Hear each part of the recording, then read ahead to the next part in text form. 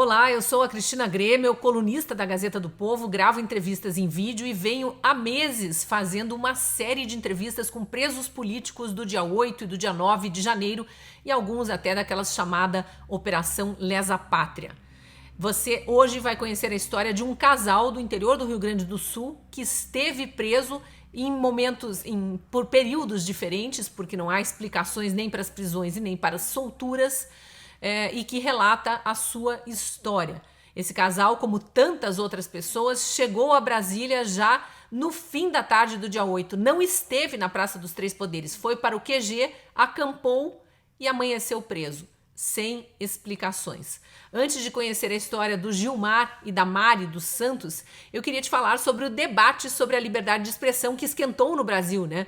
E com certeza vale muito mais do que um tweet de 200 caracteres. Nós estamos falando da sua liberdade de ter acesso a notícias, opiniões, análises. Pode comparar. Nesse momento, a Gazeta do Povo é o único jornal do país que ainda se posiciona. E isso só é possível porque o jornal tem uma comunidade de mais de 100 mil assinantes. Se você ainda não assina, o convite fica aqui agora. Venha para a Gazeta do Povo, aproveite a oportunidade de liberar todo o acesso ao conteúdo, pagando apenas R$ 1,90 por mês nos 2 primeiros meses. Depois, o valor passa para a assinatura normal de R$ 25,90, mas você, claro, pode cancelar quando quiser. Para acessar a essa promoção de R$ 1,90 por mês nos 2 primeiros meses e conhecer, ter uma degustação do que é a Gazeta do Povo, você pode acessar o link que está na descrição desse vídeo ou o QR Code da tela. Tenho certeza que para você a liberdade importa, então junte-se a nós e ajude a patrocinar um jornalismo único no Brasil. Fique agora com a entrevista de Gilmar e Mari dos Santos. Eu estou então aqui com o Gilmar e a Mari. É Mari, né? Ou é Mari? Mari, né? É Mari. O Gilmar e a esposa dele, a Mari dos Santos, que vão nos trazer os relatos, a sua versão, já que nos tribunais aí, né? No tribunal, no STF, não tem sido permitido é, divulgar nem a versão própria, às vezes até os advogados com dificuldade de levar as histórias de cada um de seus clientes. Obrigada por aceitarem conversar aqui com os assinantes, com os seguidores da Gazeta do Povo e trazer a verdade de vocês para que a gente possa conhecer mais um pedaço do que aconteceu naquele dia 8 de janeiro em Brasília. Tudo bem, Gilmar, Mari? Tudo bem? Bom dia, Cristina. Bom dia a todos aí, o pessoal aí que terão acesso, né, a este documento, né? Gostaria de me apresentar, né? Meu nome é Gilmar dos Santos, né? Nós moramos aqui na cidade de Santa Cruz do Sul, no Rio Grande do Sul, né? Uma cidade muito bonita, né? E aproximadamente 130 mil habitantes, né? Nós já moramos aqui há 25 anos, né? Deixar a Carla se apresentar Mas pelo aí. sotaque são gaúchos mesmo, né? Somos gaúchos, somos gaúchos. Inclusive, hoje, aproveitando, nós estamos com a nossa bebida tradicional aqui do Rio Grande do Sul, que é o chimarrão. Muito bom. Mari, Eu sou a Mari. Nós temos 3 filhos lindos, um de 27 anos, um de 24, que é militar, um de 18, que hoje também serve ao Exército. E estamos aqui muito felizes por essa oportunidade de poder estar colocando a nossa história, contando a nossa versão, o que realmente aconteceu. e eu acho que é E importante falar o que vocês faziam também antes do janeiro de 2023, né? Que mudou a vida de vocês por completo. muito importante isso, sim, porque tudo mudou, né? A partir daí, muitas coisas mudaram, né? Há 15 anos já, eu trabalhava numa rede de supermercados, que também são donos de uma cafeteria e restaurante, que nesse estabelecimento eu já trabalhava há 10 anos como gerente nesse Uhum. estabelecimento, que no momento que nós viajamos para Brasília, eu estava de férias, né? Então, nós fazíamos férias coletivas, né? Foram minhas férias mais longas que eu tive, né? Foram essas férias de janeiro de 2023. Mas, obviamente, que com a prisão, o tempo que passou lá em Brasília na colmeia e o Gilmar na Papuda, né? O casal, mais um caso, né? de mais de um integrante da mesma família presos no 8 de janeiro. Não, obviamente o supermercado teve que achar outro gerente, se virar de outra forma, né? O Gilmar era funcionário nessa mesma rede, não? Não, eu trabalhava, eu era gerente administrativo de um laboratório de patologia, né? É uma rede de laboratório, então aqui no estado eles têm, são várias unidades, né, espalhadas pelo estado. Eu era gerente administrativo desse laboratório, E com tá? certeza a mesma coisa aconteceu com você, né? A rede de laboratórios precisou arrumar um substituto ali de imediato. Provavelmente demoraram até para entender o que tinha acontecido com vocês, porque os dois estavam de férias, né? É importante colocar que nós sempre trabalhamos, né? Graças a Deus nós somos cristãos e nós temos uma família, entendeu? Os meninos abençoados por Deus, todos eles também trabalhando já, têm suas famílias. Só temos um que ainda mora com nós, que tem 18 anos. E assim como muitas pessoas no Brasil todo, nós participávamos pacificamente das manifestações que estavam ocorrendo em frente ao exército, em frente ao quartel. Uhum. E nós sempre, nos intervalos do trabalho, ou no final da tarde, quando saímos do trabalho, a gente se juntava a esse grupo, né, que estava em frente ao quartel, e, e é muito interessante colocar que aqui na cidade de Santa Cruz do Sul, nós até colocávamos placas na via para que os carros que passassem ali, para que eles não buzinassem, para não haver nenhum tipo de interferência sonora ou nenhum tipo de incômodo para o pessoal do quartel e até mesmo, né, para os moradores vizinhos ali. Então, assim, ó, sempre foi uma manifestação assim muito pacífica, muito organizada, muito ordenada, assim, de Muito pessoas de bem, respeitosa, né? Esse exemplo que você traz mostra o respeitosas. respeito que as pessoas tinham pela continuidade do andamento da vida ali, apesar do inconformismo que vocês tinham naquele momento. Isso, totalmente assim respeitosa, e a gente percebia ali crianças ali, e amigos nossos. Então assim se tornava ali um ponto de encontro para se encontrar com os amigos.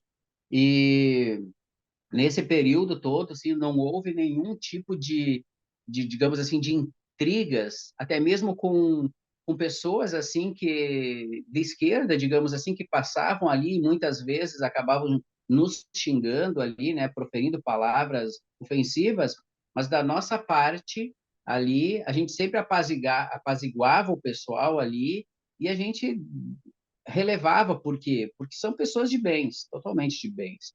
Uhum. Então a gente participou disso.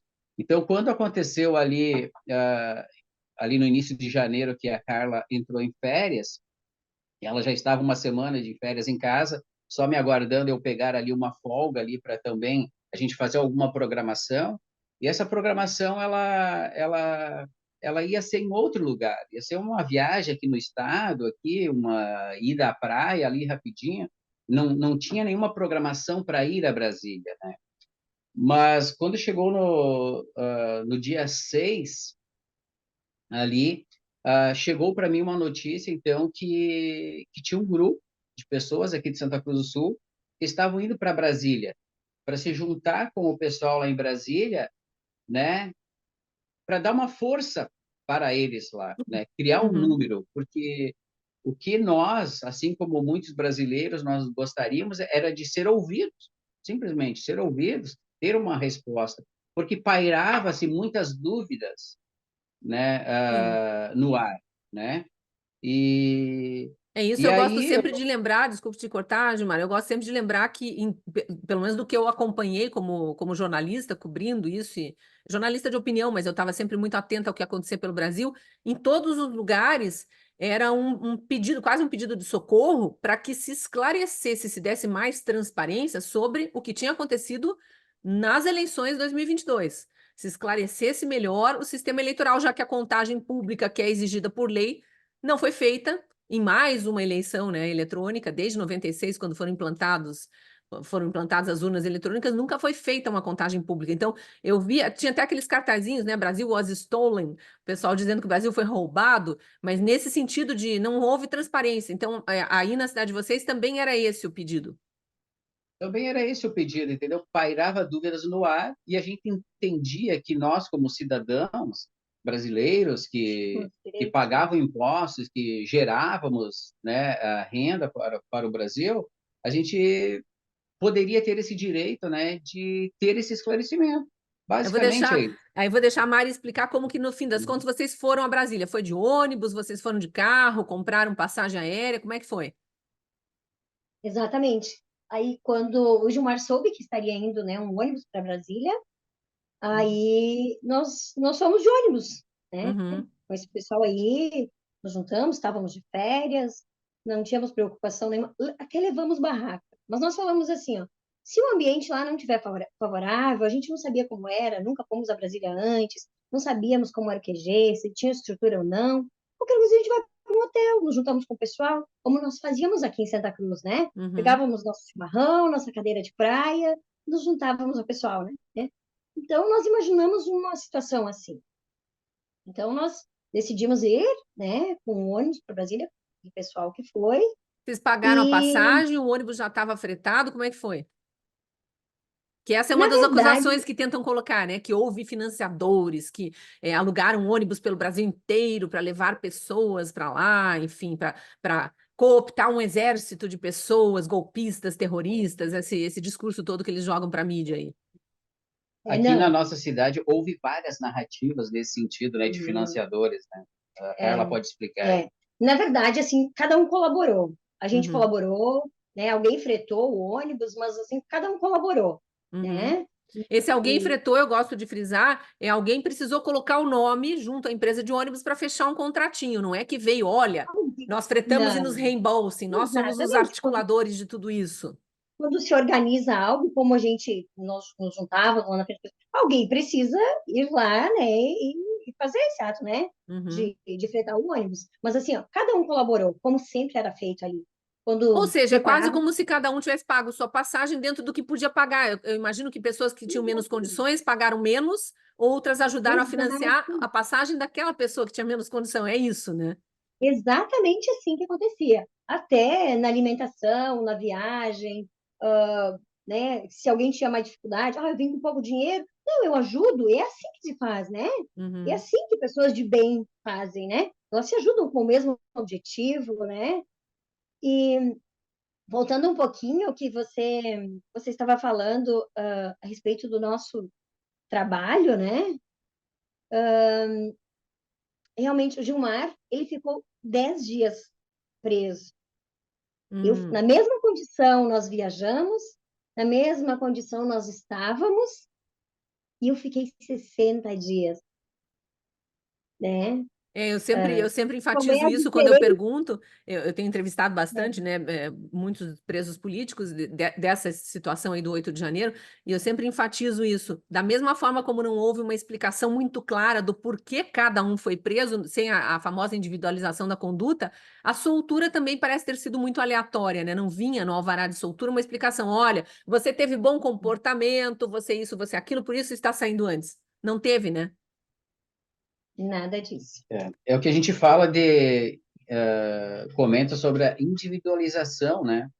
Nós somos totalmente contra qualquer tipo de vandalismo, né? A gente é contra, né, toda a depredação que aconteceu lá. Não foi para isso que a gente foi para lá. Não foi para isso que a maioria do povo estava lá presente, né? Nós somos contra isso. Porém, como todo o processo, né, ele precisa ser individualizado. Nós chegamos em Brasília, nós chegamos em Brasília no domingo às 18 horas. Ah, Gilmar, mas isso você está falando agora. Bom, olha só, quando você contrata uma empresa de ônibus para fazer o transporte, você tem ali uma lista de passageiros, você tem ali um registro da viagem no Dair, você tem uma Uhum. programação de viagem.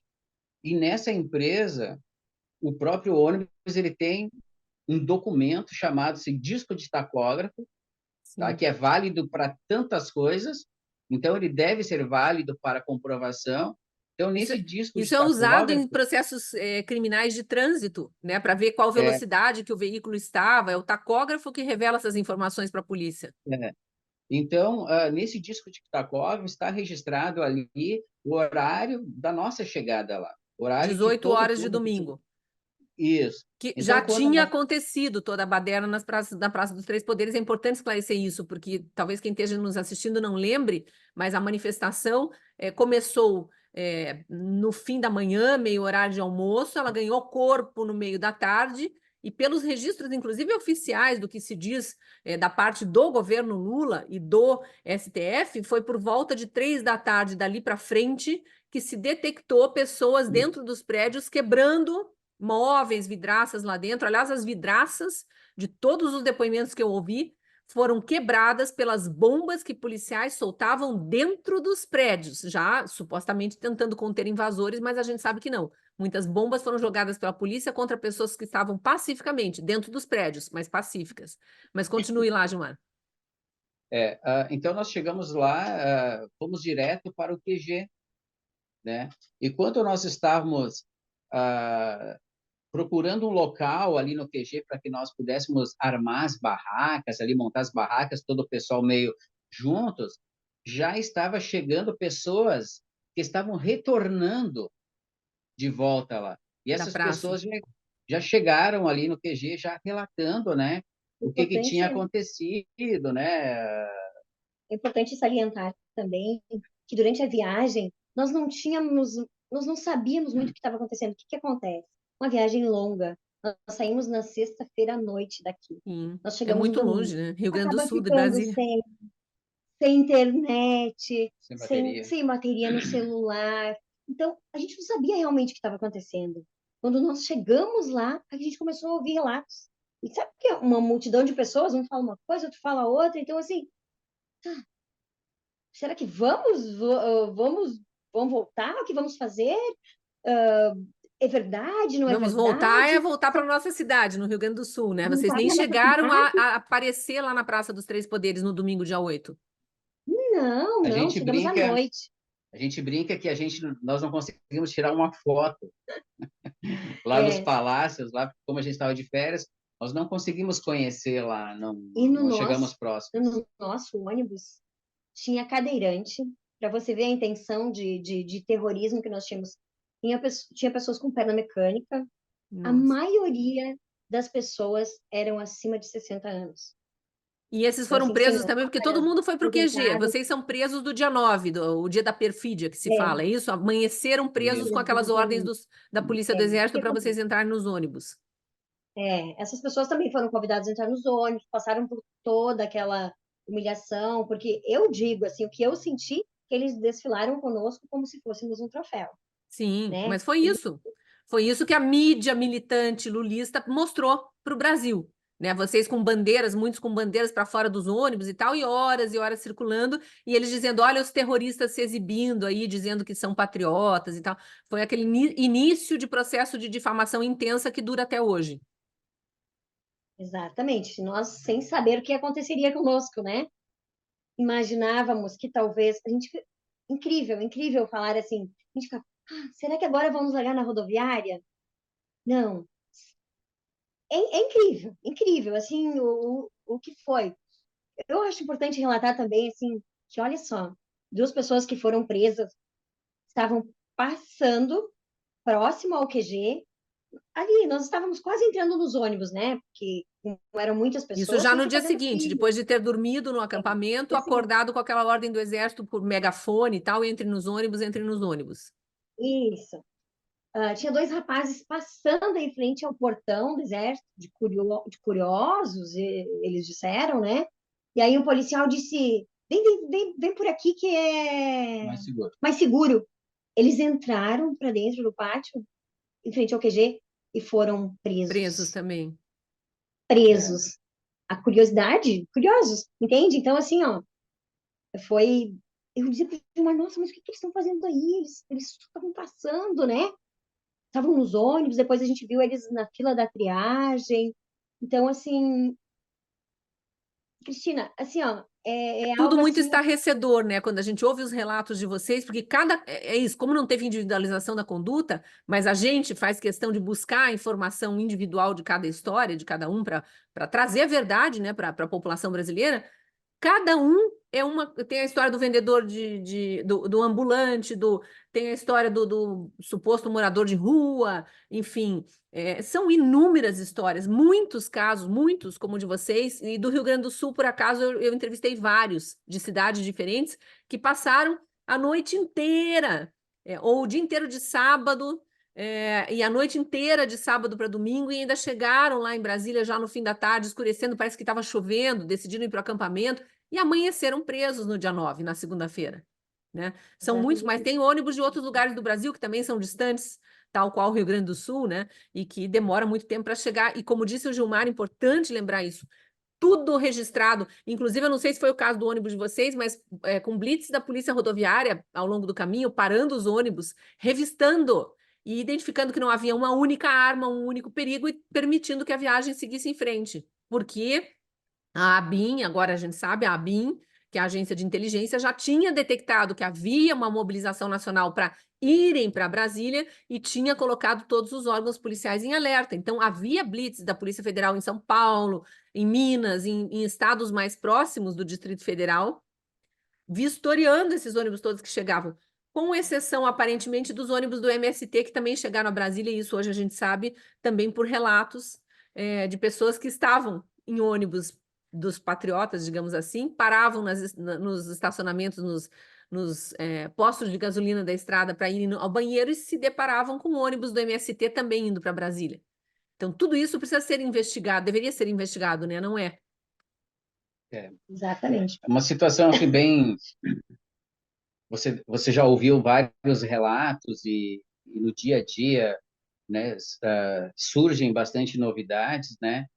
E hoje, hoje nós continuamos com a tornozeleira, assim como outros presos, e nós temos comentado entre nós, com a nossa família, que Deus tem cuidado de nós. Porém, a gente percebe assim que muitas outras pessoas que estavam presas lá, que estão com a tornozeleira, estão passando por dificuldades, Sim.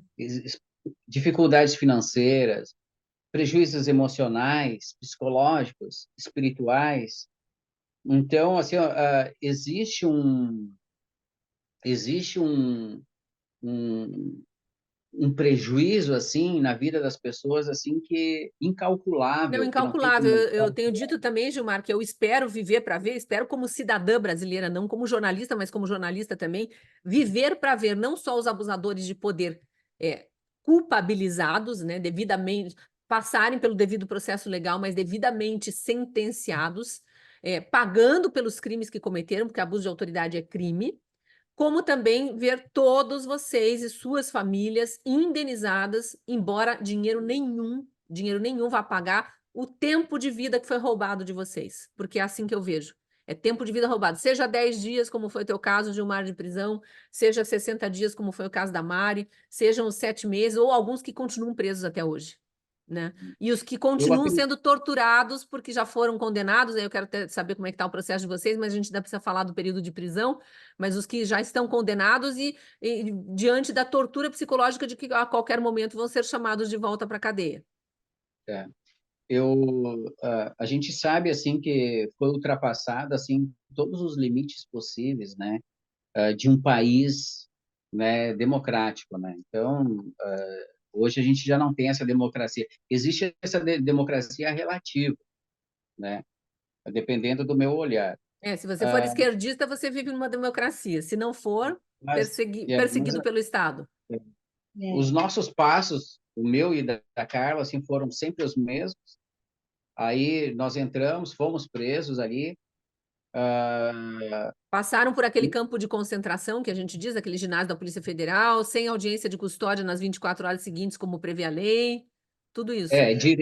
Direito, na verdade, zero, né? Mas aí fomos presos lá, aí eu fico 10 dias lá. Aí, o que eu digo é que ele sempre consegue surpreender, porque lá dentro mesmo, eu fui, tipo assim, das primeiras turmas ali que foram liberados ali. Então, mas lá dentro a gente conversava entre nós, a gente dizia assim, bah, eles vão liberar primeiro as mulheres e aí depois os homens. Teoricamente, né, uma pessoa de bom senso faria isso. É. Aí fiquei os 10 dias lá quando liberaram, né, chegamos lá no local onde a gente coloca a tornozeleira. Aí eu fui buscar informação da Carla, né, e com a policial pedi se ela poderia verificar lá se a Carla tinha sido liberada. E aí, quando ela me falou que não, né, em primeiro momento, tu sempre tem uma esperança. Não, amanhã ela vai ser liberada. Aí eu até pensei assim, pô, então eu vou ficar aqui em Brasília, né, vou ver um local para mim ficar aqui em Brasília, que amanhã ela deve estar saindo, né? Mas aí eles me apresentaram um documento lá, né, que era a ordem, né, onde que eu tinha 24 horas para deixar Brasília, né? Então, assim, ó, eles acabam, tipo assim, ó, se superando a cada atitude. Então, assim, ó, aí você vem para casa, no meu caso, sendo o homem da casa, sendo o provedor, o protetor da casa, entendeu? Aí você vem para casa, eu saio de casa com a minha esposa, e aí eu volto sem ela. Como você explica isso para teus filhos? É claro que existe uma explicação, mas não existe uma explicação, digamos Não tem assim, lógica, né? Não tem lógica nenhuma. coerente, não tem lógica. Então, assim, a Carla acabou ficando 60 dias lá. Mas os 60 dias que ela ficou presa lá, nós ficamos presos em casa também, Claro. né? Porque é Não, toda a família. emocionalmente você não. Você está falando, Gilmar, e eu tô aqui, né? Exercício de empatia que eles tanto cobram da gente e só nós fazemos. Estou me colocando no teu lugar e imaginando a tua angústia naquele momento da soltura. Bom, primeiro por não entender nada, né? Fui preso por quê? Estou sendo solto com que argumento? Minha esposa foi presa por quê? E continua lá sob qual Porque alegação, né? E ao mesmo tempo um, querendo ter uma alegria, mas eu acho que você devia até se policiar, porque como é que eu vou comemorar que eu estou sendo solto se a minha esposa continua presa e tantos outros presos inocentes? Mas eu digo comemorar no sentido não só da liberdade, mas de vou reencontrar meus filhos, porque eu quero saber como é que eles estão se sentindo lá, tendo acontecido isso conosco, né? É, Por isso que eu digo que da, não tem dinheiro, não tem indenização que pague o que vocês todos viveram e continuam vivendo. da minha parte, como eu estava aqui fora, por mais que os meus filhos estavam aqui, por mais que os meus filhos estavam ao redor, mas te falta algo, entendeu? Te falta algo. Eu e a Carla, a gente preza muito por questão de família, por questão de unidade do casal. Então, assim, ó, te falta algo e eu não conseguia me alegrar com isso. Eu não conseguia me alegrar. Nós temos bastante amigos, graças a Deus, e todos eles faziam visitas para mim aqui em casa e tentavam de alguma forma quebrar um gelo ali, entendeu? Vamos fazer uma janta, vamos fazer isso. Não tinha como você se alimentar, porque aí no momento que eu ia me alimentar, vinha à minha memória A as marmita da refeições papuda. lá de dentro. Então, assim, ó, é uma tortura assim que no dia a dia tu vai sendo sugado, tu vai sendo assim esmagado assim aos poucos, né? E E sem vou deixar muitas a Carla notícias, eu imagino, da Carla. Eu não sei se vocês pegaram o mesmo advogado, e aí o advogado trazia informações. praticamente sem nada de notícia, porque depois a Carla até vai explicar aqui, logo que ela chegou, ela, ela, ela estava lá com suspeita de Covid, ficou isolada, mas eu tive acesso às informações da Carla acho que uns 30 dias depois que eu já estava em casa, porque daí foi o tempo em que a advogada conseguiu falar com ela. Deus colocou em nossas vidas lá uma advogada lá de Brasília, lá muito, muito, que nos deu e continua nos dando suporte, assim, dentro das possibilidades que também fornecem para ela ali. Eles ficaram com as mãos amarradas, mas ficam bem. Mas vou deixar a Carla exatamente. comentar Porque o que ali. acontece? Nós brincamos, né? Que quando nós estávamos lá naquele campo de concentração, eu te digo assim, Cristina, nós brincávamos lá enquanto presas, né? Eu nunca matei nenhuma galinha, nem roubei uma planta do jardim alheio, né? A gente brincava e estamos aqui nessa situação. Então, quando nós estávamos lá naquele campo de concentração, que realmente era um campo de concentração, que só quem viveu aquilo carregando malas e numa fila, assim, num primeiro momento, aquele foi meu primeiro momento de desespero. Quando eu vi aquelas pessoas, assim, tudo em fila, aí tinha pessoas que tinham muita bagagem, porque estavam há mais tempo na frente do QG, então nós estávamos cada um com uma mala. Aí eles andavam um pedacinho, voltavam, buscavam. Então, assim, foi meu primeiro momento de desespero, né? E depois passar pela triagem com o delegado ali, assinar um documento de culpa, todos prontinhos já, só esperando a assinatura da gente, e a gente vendo que aqueles profissionais ali diziam assim, nós só precisamos, a gente não Cumprir. concorda com isso, mas a gente precisa cumprir. Sabe que você ouvir de um delegado, algo assim, a gente não concorda, mas a gente precisa cumprir. É o nosso trabalho, né? Então, assim, foi bem difícil, assim, esse momento até a chegada do presídio. Outro momento que a gente teve, assim, a gente teve momentos muito dolorosos, mas a gente teve pessoas, assim, muito maravilhosas também, assim, eu digo assim, que colocadas por Deus. Sabe o que é tu chegar, nós chegamos na delegacia de polícia, no IML, né, que a gente chama para fazer o Uhum. exame de corpo de delito, que tudo isso é muito humilhante. Sendo que se tu cometeu um crime, eu creio que tu até aceite demais, não, ó, eu cometi, eu vou ter que passar por isso, porque eu, né, Uhum. vou passar por esse processo. Mas na nossa situação ali, eu dormi em Brasília, né? Eu só dormi em Brasília, vendo pessoas, os policiais chorando, os policiais vindo com lanche, carrinhos cheios de lanche, suco, fruta, e chorando.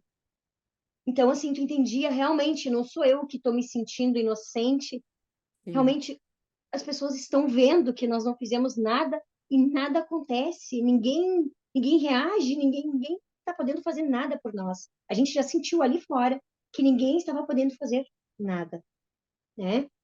Então foi muito difícil. E aí, então, a chegada no presídio nem se fala, né? Aí eu lembro que comigo tava junto, até foi da cidade daqui, coincidentemente nós fomos junto no mesmo camburão pro presídio. Aí ela olhou para mim assim já de mãos para trás, no momento que a gente teve que ter essa atitude assim de mãos para trás, foi um momento assim de muito desespero para mim. Nossa, realmente agora eu sou uma presa, né? Uhum. Ela olhou para mim e ela disse, agora, ela de cantinho assim, ela disse, agora nós somos presas de verdade. Então até esse momento Não nós tinha caído a ficha não ainda. tinha caído a ficha, nós não acreditávamos que isso pudesse realmente estar acontecendo. Não, não pode, não fiz nada, né? Isso não acontece, nunca vi isso acontecer assim com pessoas inocentes, né? Que não fizeram nada. Eu dormi em Brasília, né? Então, É, assim, eu, foi eu vou muito. dizer para vocês, com a experiência de quase 35 anos de jornalismo, que eu pessoalmente nunca cobri nenhum caso de uma prisão ilegal nesse nível, mas como jornalista eu tive acesso a uma ou outra, erro judicial mesmo. Confundiram uma pessoa que tinha características físicas parecidas com a de algum criminoso, e a pessoa ficou presa um tempo lá, até que um advogado, né, chegasse lá e conseguisse comprovar que aquilo era um engano, e essa pessoa depois altamente indenizada e o judiciário reconhecendo o erro, mas casos muito Mas, pontuais e muito isolados. Nunca antes na história desse país, para usar a frase célebre do Lula, houve isso. Então, quando a gente diz, né, eu e alguns dos poucos colegas que continuamos apegados à busca pela verdade no jornalismo, quando a gente diz que nós vivemos uma ditadura e uma ditadura atroz, como nunca antes na história desse país se viu. a gente percebia, era nítido, né? No IML, a, a sensação de injustiça, né? Em relação àquela situação. Os policiais viam aquilo, nós víamos lágrimas no rosto de muitos policiais. Então nós vemos, não, realmente, nós não estamos errados, né? Porque a gente chegava a se perguntar, mas o que a gente, né? Onde foi que nós erramos, né? Não podia, não era permitido manifestação, a gente não estava sabendo disso.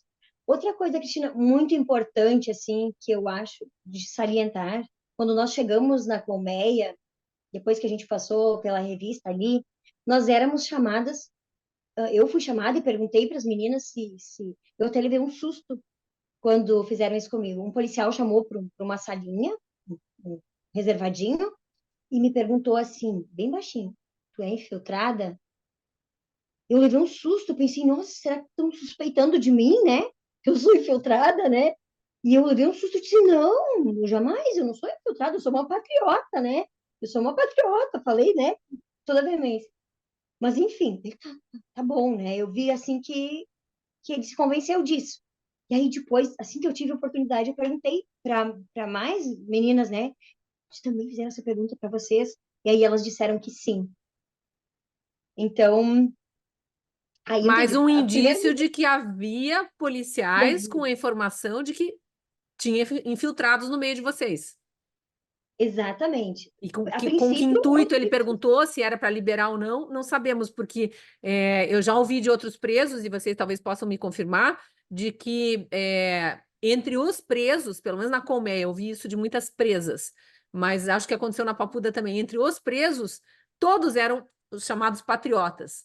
Quem eventualmente foi preso e não se enquadrava nessa definição, acabou ficando isolado, que é o caso da tal da Ana Priscila, que é um nome muito controverso, o rapaz do relógio, que não foi preso nem no dia 8 nem no dia 9, o rapaz que quebrou o relógio dentro do Palácio do Planalto, que aparece nos vídeos, né? Aparecia naquela famosa gravação divulgada pela CNN do general G. Dias, lá recepcionando, entre aspas, né, os presos, mas aparentemente pouco incomodado com os invasores lá do Palácio do Planalto. Aquele rapaz foi preso numa etapa da Operação Lesa Pátria, até onde consta está preso até hoje, mas isolado. Não esteve em contato com os demais presos na Papuda. Então, enfim, são indícios de que havia infiltrados e que até hoje a Polícia Federal não esclareceu com essa investigação tão aprofundada que estão fazendo aí, mas só que não, né? exatamente. Exatamente isso. Ah, essa questão lá, lá na minha cela, lá onde eu estava, nós estávamos em 18, número de 18 presos lá. Ali, tinha pessoas ali igual a minha situação, né, que não tinha ido lá para na frente do palácio lá, que se encontrava no QG ali. Tinha outras pessoas que faziam o trajeto até a manifestação lá e teve algum deles ali, né, nas nossas conversas que chegaram a entrar dentro do palácio quando entrou a multidão. Uns entraram ali para se proteger das bombas, né, Uhum. e outros entraram, né, digamos assim, porque o pessoal estava entrando ali. Enfim, todos eles relataram lá, e eu sempre digo assim o que quem está na ponta é que tem a realidade, que sabe da realidade do que acontecia. E como as nossas conversas eram informais lá, todos eles ali, abertamente de coração, falavam o que viam, o que acontecia. Então, era unânime ali, quando eles dizem assim que antes deles chegarem lá, eles passavam pelas revistas, Uhum. que inclusive, né, se você tinha uma bandeira ali que tinha um cabo de ferro ou de madeira ali, entendeu? Era A haste tirado era e retirada, entregado, exatamente, para não a haste era configurar uma retirada e arma. entregada. Aí, assim, ó, como que você explica aonde a população passa por uma revista, um pente fino, e aí você entra dentro de um prédio, você se depara com pessoas lá com barras de ferro, com tem um lá que quebra lá uma mesa de vidro lá que parece que ele tem lá uma picareta, uma marreta na mão. Como você explica isso? E para onde foram essas pessoas que não foram parar no presídio junto com vocês, né? Isso, essas Bom, aí pessoas nós eu vou nunca vimos. acrescentar aqui, Gilmar. Eu vou acrescentar porque eu já tenho algumas informações trazidas por outros presos políticos, é, e algumas poucas imagens liberadas para os advogados, e que eles fizeram questão de tirar do processo, não era proibido isso, e que estão divulgadas, inclusive, nas minhas redes sociais. Eu deixei por muito tempo fixado um compilado dessas imagens, mas, por exemplo, no Senado, onde, segundo a perícia, nada foi depredado. Tem imagens do circuito interno de câmeras mostrando um bando. É um bando, são dezenas, não é um ou dois. São 20, 30 pessoas descendo dos janelões do Senado, como eu chamo de rapel, né? Papel. Pelas mangueiras do sistema de segurança, do sistema de combate a incêndio, e essas pessoas encapuzadas e saindo tranquilamente, caminhando depois, como se nada tivesse acontecido, para se misturar à multidão que dispersava da Praça dos Três Poderes. Detalhe, pelos fundos do prédio, hoje nós sabemos. E essas imagens são mostradas nas audiências dos réus do 8 de janeiro, que foram presos dentro por exemplo, do plenário do Senado, inclusive o Clezão era um desses, né? 38 pessoas foram presas dentro do plenário do Senado, os advogados mostram essas imagens, e até hoje nem a justiça, entre aspas, nem a Polícia Federal tão empenhada em esclarecer o que aconteceu, nem Flávio Dino, na época que era ministro da Justiça, tão preocupado com o golpe de Estado que tentaram dar, esclareceram quem são essas pessoas, foram investigadas, para onde elas foram, por que estavam encapuzadas. Isso a lei não permite, se manifestar escondido no anonimato, né? Padrão Sleeping Giants aí, que faz atrocidades miliciano digital, faz atrocidades na internet e não identifica quem é. Então, é tudo muito estranho, para dizer o mínimo, mas são indícios, de novo, e aí sou eu afirmando aqui na minha liberdade de expressão e de opinião e de imprensa, que havia, sim, infiltrados. Aí a Mari traz essa informação de que na entrada na colmeia, um policial ali, provavelmente um agente penitenciário, perguntando um a um, individualmente, uma a uma, se ela era infiltrada. Para que ele queria saber? Para liberar os infiltrados? As infiltradas ficariam presas em separado? Por medo de que elas fossem, talvez, hostilizadas pelas patriotas? Qual era o intuito dessa pergunta, né? Na entrada na Papuda chegou a ter esse tipo de averiguação, não? Não, esse tipo, para mim, não chegou esse tipo de informação, não fizeram com nós lá esse tipo de pergunta lá, né? Que eu tenho, que chegou ao meu conhecimento, não, né? Mas assim, ó, a gente gostaria também, assim, de dizer assim, porque nesse todo esse tempo que nós estamos com restrições aí, o pessoal está com restrições aí também. É claro que a gente, nós já tivemos assim nos nossos momentos ruins, né, psicologicamente, emocionalmente, porque vai passando um dia, passa um mês, entendeu? Eu acabei saindo da empresa em que eu trabalhava porque eu fui contratado para uma função e aí, devido às minhas restrições, como eu só posso circular dentro da minha cidade aqui, eu não consegui cumprir a minha função pelo que eu fui contratado para fazer. O pessoal que eu trabalhava, os donos da empresa, eles me mantiveram na empresa ainda por mais 6 ou 7 meses. Fui fazendo dentro do possível, tentando trabalhar, fazendo reuniões online, etc. Assim, entendeu? Eles nunca, digamos assim, eles me cobraram diretamente, mas no dia a dia assim vai criando uma situação assim que vai ficando insustentável. Então, né, isso acaba gerando um prejuízo. Então, eu precisei me desligar da empresa, né, por causa disso. E isso vai trazendo assim dificuldades, né, para todos. Prejuízos financeiros, Mas né? a gente a gente continua assim com a fé em Deus, com a esperança em Deus, que Deus ele é o justo juiz e assim como ele tem cuidado de nós, tem cuidado de nós lá dentro, tem cuidado de nós aqui fora, tem nos dado graça para a gente suportar assim essas adversidades, essas restrições. Ele não vai nos desamparar e não vai desamparar também esses nossos amigos, esses nossos os patriotas aí que estão sendo condenados. E eu gostaria de deixar uma mensagem para eles também, né, de dizer para eles que muitas vezes Deus ele não nos livra da fornalha, mas ele nos livra na fornalha.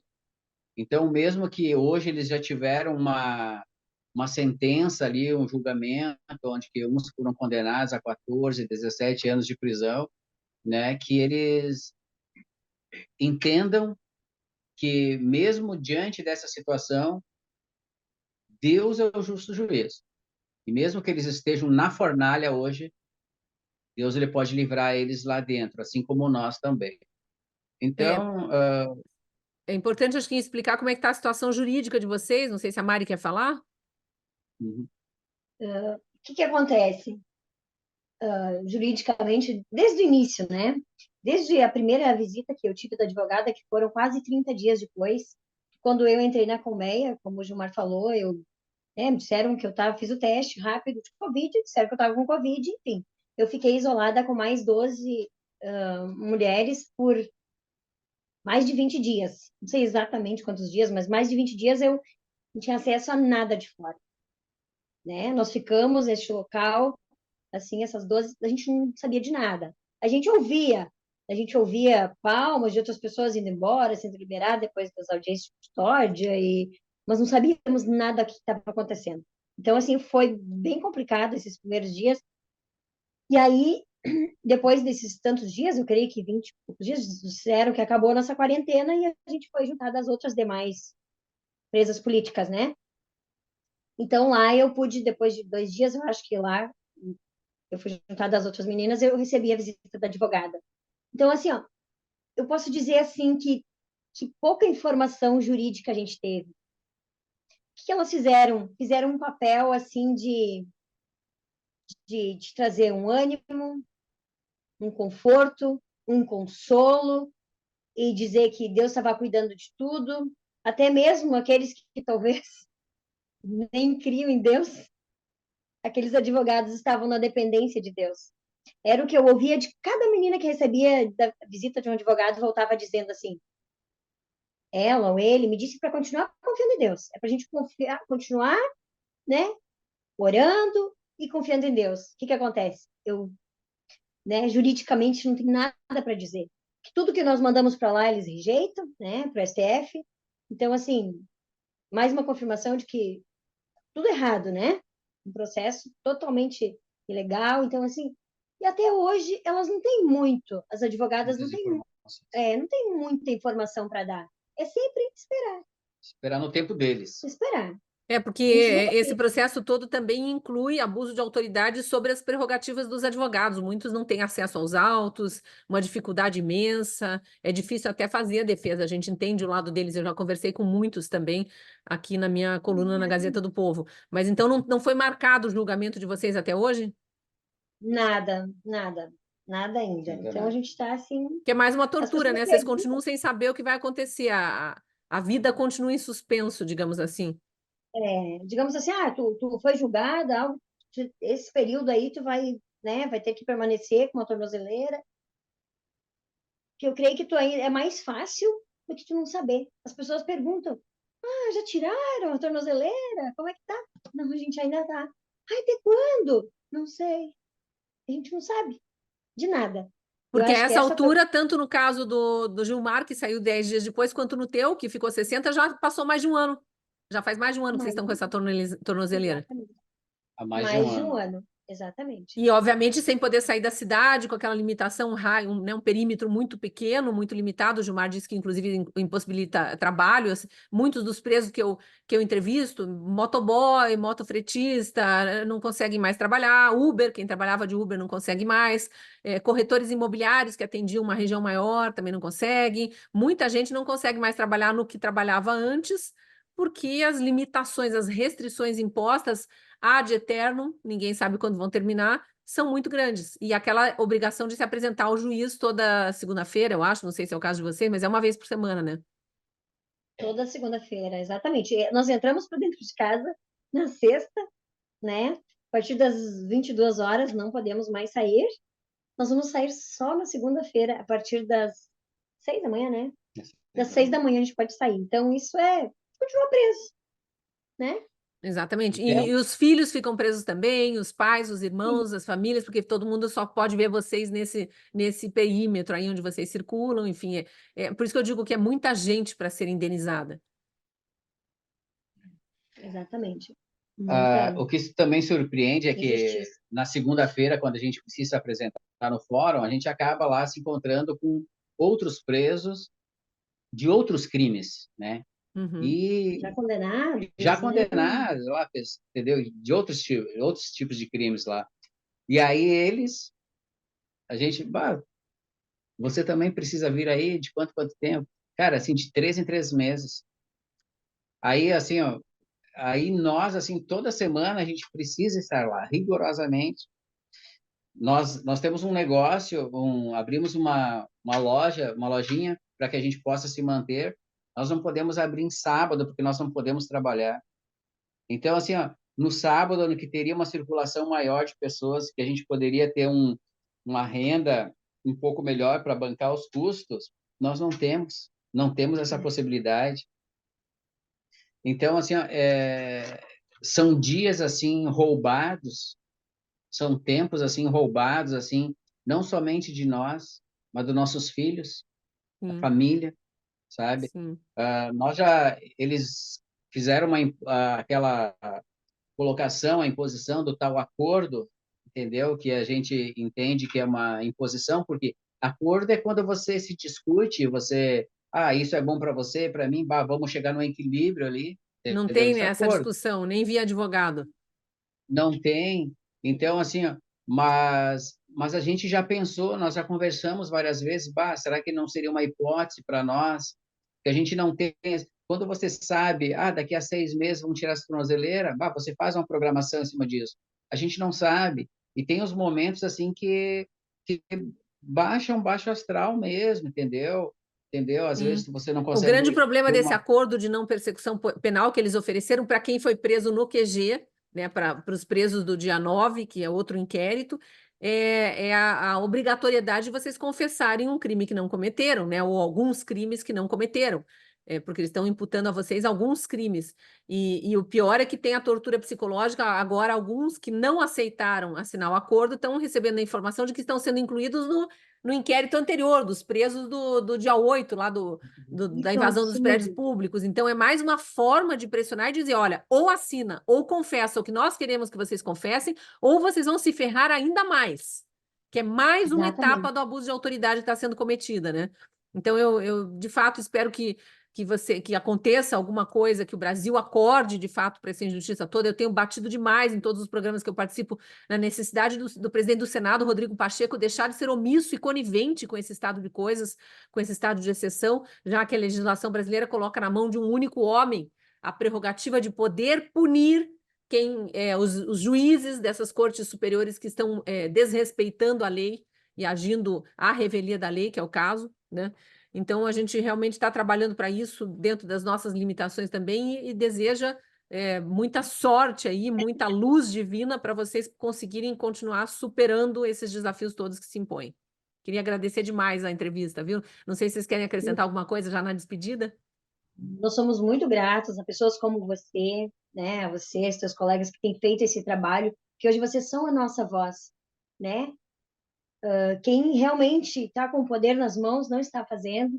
Vocês ainda continuam falando por nós, né? Falando pelo nosso país, pelas pessoas de bem, pelas pessoas de direita, e que vocês possam continuar perseverantes e firmes, que vocês ainda são a nossa voz, que vocês não venhamos a perder essa liberdade, né? A gente sabe que não é fácil, que vocês também sofrem perseguições, que não é fácil, mas assim, que vocês venham a continuar firmes, perseverantes, e nós sabemos que nem tudo está perdido, né? Para o nosso país, que se nós formos para lá é porque nós acreditamos num país livre, né? Que nós possamos, né, colocar as nossas ideias, que nós possamos nos expressar com liberdade, que nossas gerações futuras possam ter essa liberdade, né, que ela não nos seja roubada. E hoje vocês são a nossa voz, né? E que vocês permaneçam firmes e fortes, Amém. falando, defendendo os princípios, né? Sim, esse é o propósito E do jornalismo, né? Dar voz a quem não tem voz. Obrigada, viu, Gilmar, também pela participação, pelas colocações e informações trazidas aqui, muito importante. nós que agradecemos, né, por nós podermos compartilharmos um pouco. Nós não temos por que nos arrependermos de nós ter ido para lá, porque nós não cometemos nenhum tipo de crime. Então, mesmo que a gente quisesse se arrepender de algo, a gente não tem, não cometemos nenhum tipo de atrocidade. E que Deus te dê força e graça, né? Porque essa atitude de vocês, ela é uma atitude corajosa, como a Carla falou, e o mal, ouvi até essa frase de você mesmo, né? Que o mal ele grita mais alto, mas eles não são a maioria. O Uhum. bem e a verdade sempre vai prevalecer, né? Então, A gente nossa ainda há a esperança está viver. em A Deus. gente ainda há de viver para ver, né, a verdade aparecendo, está aparecendo, através até do relato corajoso também de todos vocês. e o bem sempre vence. A gente continua acreditando nisso. Obrigada, viu? Agradeço também a você que assistiu a entrevista até o fim. Se gostou do conteúdo, apesar do peso dessas revelações, compartilhe com mais gente, faça com que mais gente tenha acesso à verdade, à posição de quem viveu o 8 e o 9 de janeiro, de quem viveu a tortura, a perseguição, as prisões ilegais e quer que a sua história seja conhecida. Se não estiver inscrito no YouTube da Gazeta do Povo, inscreva-se, acione o sininho das notificações para ter informações, para que a plataforma te avise quando vídeos novos forem publicados aqui. E eu reforço o convite que eu fiz no início desse vídeo. Já tirou 1 minuto do seu tempo para assinar a Gazeta do Povo e ver o noticiário com outros olhos? Eu tenho certeza de que você não vai se arrepender de ficar mais bem informado, de ter mais argumentos para compreender o que acontece no Brasil. Junte-se a nós, junte-se a quem quer mais do país. O link está na descrição, você também pode acessar pelo QR Code da tela e ali está escondida uma promoção imperdível, R$ 1,90 por mês nos 2 primeiros meses para você liberar todo o acesso ao conteúdo da Gazeta e ainda ajudar a patrocinar o melhor jornalismo do Brasil. Te espero lá na Gazeta.